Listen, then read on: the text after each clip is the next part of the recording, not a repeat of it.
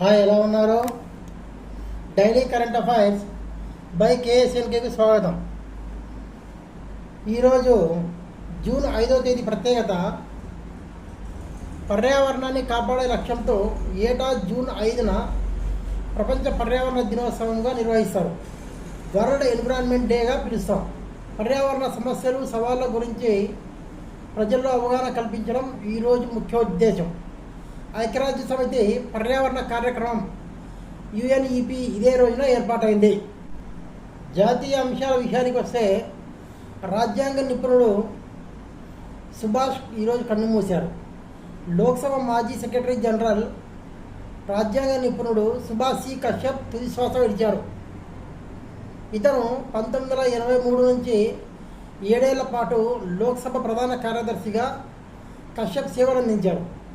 జవహర్లాల్ నెహ్రూ కాలంలో కొలువుదీరిన తొలి లోక్సభ మొదలు 9వ లోక్సభ కాలం దాకా మొత్తంగా 37 సంవత్సరాల పాటు పార్లమెంట్లో పనిచేసి రాజ్యాంగం సంబంధ విషయాలపై కశ్యప్ అసాధారణ పట్టు సాధించారు. 100కు పైగా పుస్తకాలు రచించారు. స్వాతంత్రానికి పూర్వం యునైటెడ్ ప్రావిన్స్లో, నేటి ఉత్తరప్రదేశ్లో 1929లో బిజ్నోర్ పరిధిలోని చాత్పూర్ గ్రామంలో స్వాతంత్ర సమరయోధుల కుటుంబంలో కశ్యప్ జన్మించారు. తండ్రి, తాతల మాదిరిగా టీనేజీలోనే దేశ స్వాతంత్రం కోసం పోరాటం ఆరంభించారు.